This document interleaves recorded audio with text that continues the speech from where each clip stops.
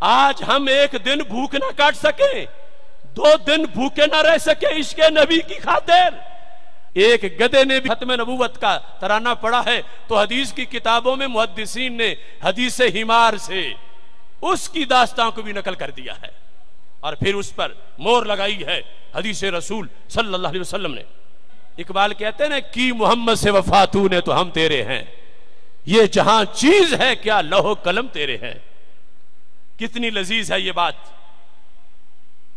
لما فتح اللہ علی نبیہ صلی اللہ علیہ وسلم خیبر، جب خیبر فتح ہوا، میرے آقا علیہ الصلوۃ والسلام کے مال غنیمت میں اور چیزوں کے علاوہ ایک سیاہ گدھا بھی تھا، مگر مقدر اس کے بڑے سفید ہے، سیاہ رنگ کا گدھا۔ فکلم النبی صلی اللہ علیہ وسلم الحمار فکلمہ الحمار۔ دیکھیں گدھے کی قسمت، میرے نبی علیہ السلام نے اس گدھا مبارک سے گفتگو کی اور اس گدھے نے میرے نبی علیہ السلام سے گفتگو کی۔ کیا مقدر ہے اس کے، کیا نصیب۔ میرے محبوب علیہ الصلوۃ والسلام نے فرمایا مسمک، بتاؤ تمہارا نام کیا ہے؟ قال یزید بن شہاب، اس نے کہا میرا نام یزید بن شہاب ہے۔ اخرج اللہ من نسل جدی 60 حمارا، فرمایا اوپر جو میرا جد ہے، اوپر جد اعلی، اس سے رب ذوالجلال نے 60 گدھے پیدا کیے ہیں، نسل در نسل، مختلف زمانوں میں۔ فرمایا ہمارا خاندانی شرف یہ ہے، جس نسل کا میں گدھا ہوں ہمارا شرف یہ ہے، کلہم لم یرکبہم الا نبی، کہ جس خاندان سے میں تعلق رکھتا ہوں گدھوں کے اس خاندان کا شرف یہ ہے کہ ہمارے اوپر صرف نبیوں نے ہی سواری کی ہے۔ لم یرکبہم الا نبی، جس زمانے میں بھی ہوئے ہمیں یہ شرف ملا کہ صرف نبی کو ہی ہم نے اپنی پیٹھ پہ بٹھایا ہے، نبی کے سوا ہم نے کسی کو اپنی پشت پہ نہیں بیٹھنے دیا۔ اب اس کا جملہ سنو، اور جو آج بھی ختم نبوت سے واقف نہیں تو میں اس کو اس گدھے کے لحاظ سے دعوت فکر دے رہا ہوں کہ وہ گدھا ہو کے اتنا جانے اور تو کلمہ گو ہو کے نہ جانے۔ افسوس ہے اس تیرے انداز پر ہے قادیانیوں کے ساتھ بیٹھ جانے والے، پیار کرنے والے۔ اب دیکھیے میرے نبی علیہ الصلوۃ والسلام ارشاد فرماتے ہیں، جب گدھے سے پوچھا، گدھے نے نسل بتائی، اور پھر گدھا سرکار سے کہنے لگا لم یبقى من نسل جدی غیری ولا من الانبیاء غیرک، کہنے لگا جو میرے جد اعلیٰ ہیں جن کی نسل سے 60 گدھے ہوئے، اس نسل میں میرے سوا کوئی باقی نہیں، اور نبیوں میں نبی آپ کے سوا کوئی باقی نہیں۔ ختم نبوت کا انداز۔ گدھا کہنے لگا ان 60 میں سے میرے سوا کوئی باقی نہیں رہا، اور میں یہ سمجھتا ہوں آپ آخری نبی ہیں، نبیوں میں آپ کے سوا کوئی نہیں، آپ آخری ہیں، آپ اس دنیا میں جلوہ گر ہو چکے، اعلان نبوت فرما چکے، آپ آخری نبی ہیں، اور میں ان گدھوں کی لسٹ میں اس نسل سے سب سے آخری ہوں۔ یہ کہنے کے بعد کہتا وَقَدْ كُنْتُ أَتَوَقَّعُكَ أَن تَرْكَبَنِي، یہ صرف بائی چانس نہیں ہوا، میں تو کب سے انتظار کر رہا تھا کہ میری پشت پہ تم سواری فرماؤ گے، میں تمہارے انتظار میں تھا۔ کئی سال گزر گئے، زمانہ گزر گیا، یہ کہاں نصیب میرے کہ تو آپ چل کے آتا، کوئی جذبہ محبت میرے کام آ گیا ہے، میرے دل کی دھڑکنوں میں تیرا نام آ گیا ہے، کر لو قبول آقا یہ غلام آ گیا ہے۔ وقد کنتو، ماضی استمراری ہے، کنتو اتوقعک، میں تو کئی سالوں سے وقت سے انتظار کر رہا تھا کہ آپ مجھ پہ سواری کریں گے۔ قد کنت قبلک لرجل یہودی، مگر قسمت یہ تھی، قسمت میں قید لکھی تھی فصل بہار میں فتح خیبر سے پہلے ایک یہودی کے قبضے میں تھا، یہودی کے ملک میں تھا، نسل یہ تھی کہ سوائے نبی کے میری پشت پہ کوئی نہیں بیٹھے گا، مگر قبضہ یہودی کا تھا۔ تو یہودی نے کوشش کی کہ وہ مجھ پہ سوار کرے۔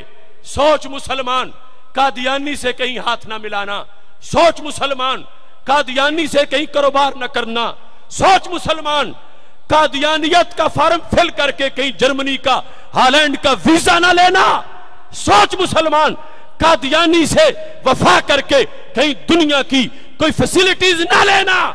وہ گدھا کہتا ہے کہ میں یہودی کے قبضے میں تھا، تو کیا تھا؟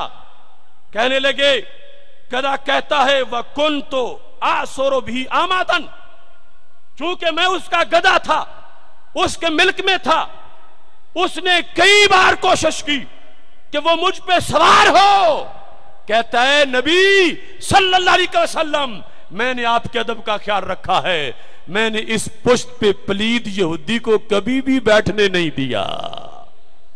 آسورو بھی، جو ہی وہ مجھ پہ بیٹھنے لگتا تھا، میں اپنی پشت پلٹ کے اس کے نیچے گراتا تھا، وہ پھر بیٹھتا تھا، میں پھر گراتا تھا، وہ پھر بیٹھتا تھا، میں پھر گراتا تھا۔ کنتو آسورو بھی، میں نے اپنی پشت پلید نہیں ہونے دی، میں نے اپنی پشت پہ اس کو بیٹھنے نہیں دیا۔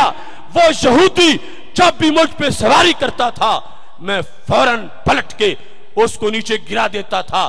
تو یہ گرانا میرا، اس کی مجھے بڑی قیمت ادا کرنا پڑی، یہ مجھ پہ بڑی بالآخر بھاری ہوا۔ کس انداز میں؟ کہتے ہیں وہ گدھا کہنے لگا کان یجیء بطنی ویضرب ظہری، جب میں اس کو بیٹھنے نہیں دیتا تھا نام نبی کی خاطر، جب میں اس کو اپنے اوپر سوار نہیں ہونے دیتا تھا ختم نبوت کی خاطر، میں اس کو گراتا تھا۔ یجیء بطنی، وہ مجھے بھوکا رکھتا تھا، کھانے کو نہیں دیتا تھا، پینے کو نہیں دیتا تھا۔ وَيَضْرِبُ ظَهْرِي، مجھے ڈنڈے مارتا تھا، میں بھوکا رہا، پیاسا رہا، میں نے ڈنڈے کھائے، مگر نبی آخر الزمان، میں نے تمہارے استقبال کے لیے اپنی پشت کو ہمیشہ محفوظ رکھا ہے۔ نعرہ تکبیر، نعرہ رسالت، رونقیں کھڑے ہو گئے نبوت۔ اس مبارک گدھے کی گفتگو سے آج ہم ایک دن بھوک نہ کاٹ سکیں، 2 دن بھوکے نہ رہ سکیں عشق نبی کی خاطر، آج ہمارے کاروبار ہمیں لے ڈوبے، آج ہماری معیشت کے رونے ہمیں قادیانیوں کے ساتھ محبت اور دوستی میں پھنسا دے۔ وہ گدھا ہو کے کتنی مشقتیں برداشت کرتا رہا، کتنا کورس کیا، کس قدر عہد وفا کیا، کس قدر مشقت کی، اپنا پیٹ بھوکا رکھا، پشت پہ ڈنڈے کھائے، مگر ختم نبوت کا جھنڈا بلند کیا، ختم نبوت پہ پہرا دیا، ختم نبوت کی آواز بلند کی۔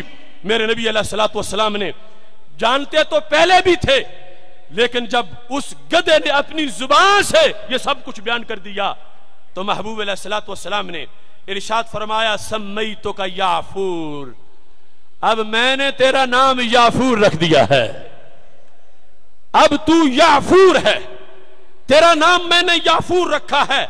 اور یا یافور قال لبیک، اب دیکھو لبیک کا سلسلہ، اور جب کہا یا یافور تو یافور نے جواب میں کہا لبیک، میرے محبوب علیہ السلام کو لبیک، حاضر ہوں حاضر ہوں حاضر ہوں حاضر ہوں یا رسول اللہ صلی اللہ علیہ وسلم۔ تو میرے نبی علیہ الصلوۃ والسلام نے فرمایا تشتہی الاناس، کیا تجھے شہوت ہے مؤنث کی اے یافور؟ تو یافور نے کہا لا، محبوب مجھے یہ شہوت نہیں ہے۔ فکان النبی صلی اللہ علیہ وسلم یرکبہ لحاجتہ، سرکار حاجت کے لیے سواری فرماتے تھے جب کہیں جانا ہوتا تھا۔ فَإِذَا نَزَلَ عَلَيْهِ بَعَثَ بِهِ إِلَى بَابِ الرَّجُلِ فَيَأْتِي الْبَابَ فَيَقْرَأُهُ بِرَأْسِهِ، جب منزل پہ پہنچ جاتے سرکار اترتے اور یافور کو کہتے چلو یافور میرے فلاں صحابی کو بلا کے لے آؤ۔ آج کی ٹیکنالوجی، آج کا رائے وزڈم، رب کعبہ کی قسم قیامت تک کی چھلانگیں لگاتی ہوئی سائنس میرے نبی کے یافور کا بدل بھی پیدا نہیں کر پائے گی۔ کیا اس کے اندر فیڈ ہے؟ کیا اس کی معلومات ہیں؟ کیا اس کا انداز ہے؟ فیض ہے ختم نبوت کا کہ جب سرکار نیچے اترتے ہیں تو فرماتے ہیں یافور سے، میرے نبی علیہ السلام کیا ارشاد فرماتے ہیں؟ سرکار کہتے ہیں جاؤ فلاں صحابی کو بلا کے لے آؤ، فیات الباب، اس یافور کو پتا ہے کہ اس صحابی کا گھر کہاں ہے، وہ کدھر رہتا ہے، پھر بلانا کیسے ہے؟ اپنے سر سے دروازہ کھٹکھٹاتا ہے، فیضا خرج الیہ صاحب الدار اوما الیہ ان اجب رسول اللہ صلی اللہ علیہ وسلم۔ جب گھر والا باہر نکلتا ہے تو یافور کو اتنی صلاحیت ہے کہ اسے سمجھاتا ہے چلو تجھے دربار نبی سے بلاوا آ گیا ہے۔